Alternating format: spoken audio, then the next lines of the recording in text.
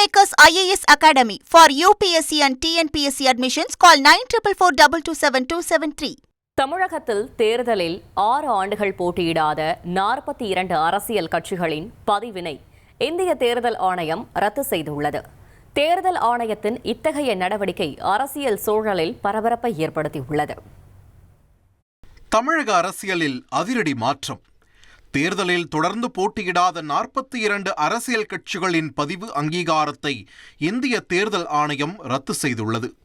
6 ஆண்டுகளாக எந்த தேர்தலிலும் பங்கேற்காமல் வருடாந்திர கணக்குகளை தாக்கல் செய்யாத கட்சிகளுக்கு இது பெரிய பின்னடைவு. இந்த நடவடிக்கை மக்கள் பிரதிநிதித்துவ சட்டம் 1951 பிரிவு 29A கீழ் எடுக்கப்பட்டுள்ளது. பதிவு செய்யப்பட்ட அரசியல் கட்சிகளுக்கு கிடைக்கும் சின்னம், வரிவிலக்கு, அதிகாரப்பூர்வ அங்கீகாரம் போன்ற சலுகைகள் இனி இந்த 42 கட்சிகளுக்கு இல்லை.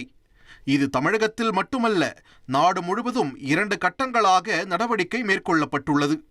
ஆகஸ்ட் 9, 2025 334 கட்சிகள் நீக்கம். செப்டம்பர் 18, 2025 மேலும் 474 கட்சிகள் நீக்கம். மொத்தம் 808 பதிவு செய்யப்பட்ட அங்கீகரிக்கப்படாத அரசியல் கட்சிகள் பட்டியலில் இருந்து நீக்கப்பட்டுள்ளன. உத்தரப்பிரதேசத்தில் 121 கட்சிகள், மகாராஷ்டிராவில் 44 கட்சிகள், தமிழகத்தில் 42 கட்சிகள், புதுடெல்லியில் 40 கட்சிகள், இப்படியாக பல மாநிலங்களில் அரசியல் கட்சிகள் பட்டியலில் இருந்து நீக்கப்பட்டுள்ளன. இதில் தமிழகம் 3வது இடத்தில் இருப்பது கவனிக்கத்தக்கது. இந்த நடவடிக்கையை எதிர்த்து சில கட்சிகள் நீதிமன்றத்தை நாடின. மனிதநேய மக்கள் கட்சி, தமிழக மக்கள் முன்னேற்றக் கழகம் உள்ளிட்ட 7 கட்சிகள் மனு தாக்கல் செய்தன. இந்த வழக்கை விசாரித்த நீதிமன்றம் மனுக்களை தள்ளுபடி செய்ததோடு இறுதி விசாரணையை மார்ச் 2வது வாரத்திற்கு ஒத்திவைத்தது. அரசியல் கட்சிகளின் பதிவு அங்கீகாரத்தை இந்திய தேர்தல் ஆணையம் ரத்து செய்வதால் என்ன பிரச்சனைகள் ஏற்படும் என்பதை வழக்கறிஞர் சக்திவேல் தெளிவாக விளக்கியுள்ளார். அரசியல் கட்சிகளுடைய பதிவை நீக்குவதற்கான அதிகாரம் தேர்தல் ஆணையத்திற்கு கிடையாது. எனவே தேர்தல் ஆணையம் அந்த பதிவுகளை மக்கள் பிரதிநிதித்துவ சட்டத்தின் பிரிவுகளின்படி பார்த்தால் பதிவை நீக்க முடியாது. ஆனால் அவர்கள் வைத்திருக்கக்கூடிய அந்த அரசியல் கட்சிகளுடைய பட்டியலிலிருந்து அவர்களை எடுத்திருக்கிறார்கள். அவ்வளவுதான். இதுதான் இன்றைக்கு தேர்தல் ஆணையம் ஒரு நடவடிக்கையாக செய்திருக்கிறது. இதன் காரணமாக என்ன ஏற்படும் என்றால், அரசியல் கட்சிகள் நன்கொடைகள் வாங்கலாம், அந்த நன்கொடைகள் வாங்கலாம், பண வசூல் செய்து சொல்லலாம். இவையெல்லாம் வருமான வரியிலிருந்து விலக்கு பெற்றவை. எனவே நன்கொடைகள் பெற முடியாது. ஒரு பட்டியலிலிருந்து ஒரு கட்சியை, அரசியல் கட்சியை தேர்தல் ஆணையம் அங்கிருந்து எடுத்து விட்டால், பட்டியலிலிருந்து விடுவித்து விட்டால், அந்த கட்சிகள் எந்த நன்கொடையும் வசூலிக்க முடியாது. அப்படி நன்கொடை வசூலித்தாலும் அவை வருமான வரிக்கு உட்படுத்தப்படும்.